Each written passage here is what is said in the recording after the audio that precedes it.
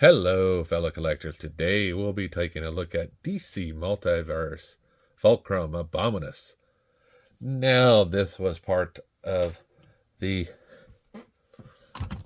storyline that all of our Justice League pals were on War World, and Mongol had trapped the toy maker as a prisoner, and he was trying to eliminate the Justice League with these creations of Toy Maker. Toy Maker had built in a loophole, though, that Batman was able to exploit, and by your powers combined, we form Abominus, Voltron-esque type thing. So we see Batman, Superman, Wonder Woman, Aquaman, we see the Flash, and we have Cyborg, all in one big old thing. So if we turn him on the side, we see his name, Fulcrum Abominus. On the back, we have Fulcrum Abominus, picture from the comic books, and we see this Dark Knight's medal. So we will get this guy on our stand. Bink. And let's throw it up there. And see, it comes in at 1 pound, 11.6 ounces. So let's get this guy out of the box and see how cool he is. Alrighty, now that we have suffered and got this guy out of the box, we can see all of his goodies that he comes with. And the first he comes with is a stand, because this guy doesn't need it because he's got some meaty feet there. And so we'll see he does come with the card. So the card is the artwork from the box. On the back we have a little bit of words about this guy. And you'll see I mentioned this in the first part of it. So pause to read if it's too fast for you here. So the first accessory we'll look at is these little wings that it comes with. Definitely look like they are brushed, painted to make it look like they're metal. And it comes with 4 of these guys. 1, 2, 3, 4. Ha ha ha. 4 of these guys. So they are all brushed metal to make it look like they are very dangerous and attached onto this guy. Now, as we get a look at this guy just a little bit close, he is a mega figure. He does have all of these goodies going on here. We can see this dirty paint here. I guess to make it look like it's been in use for a while. We have the same kind of yellow going all throughout.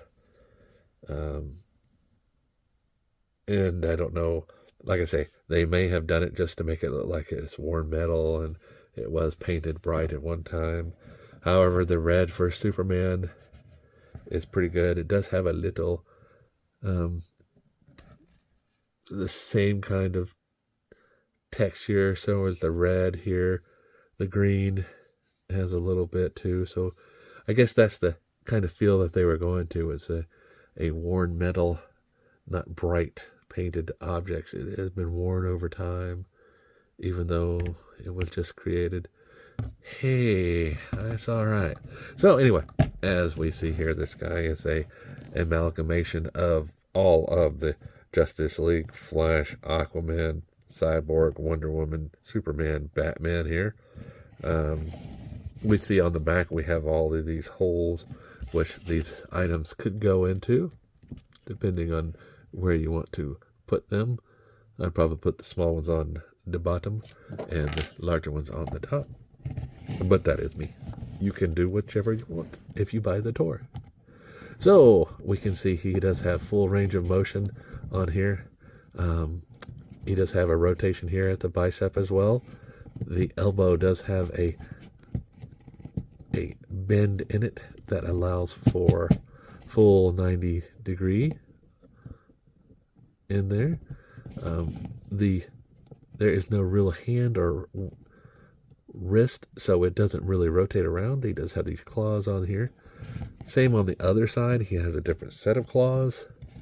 No rotation for them, but the bend does occur, and it can rotate. As far as Abby Crunch goes, let's see what he's got. He does have a little bit of one, not much. You see here, it just bends. He can slightly rotate around. I can force it more if I just keep pushing, but it's pushing some of these plastics up. As far as a split goes, it does a pretty good split. His legs do go forward and backwards. We can see here. Pretty good forward and back. As far as the knee goes, I've seen 1, 2, but I can only get really use out of one bend for the knee. I'm not seeing a rotation, even though it could be a rotation. It's not a rotation for the boot, but the ankle is on a ball joint, so it does have this nice movement. Does have a pick hole on both bottoms here, even though you will not need it, because like I said before, he has these meaty feet. He should be able to stand up on them without a problem. So as we get this guy back into shape, we'll go ahead and pull out the ruler and see how tall it would be. But before I do that, I am going to attach these into the top at least, so I can get a good measurement for them. All right. So we'll pull the old tape measure in here, and we'll see that this guy is coming in right at 9.5 inches. And these are not really adding much to it. They're actually smaller, so the bat wings here are giving it all the height it requires.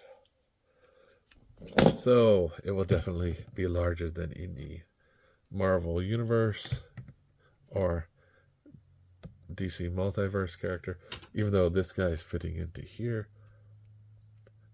You know, this guy would be monsterly huge if it was to scale, which, you know, would cost about, you know, $5,000 at today's prices, because they don't like it to go without a battle, right?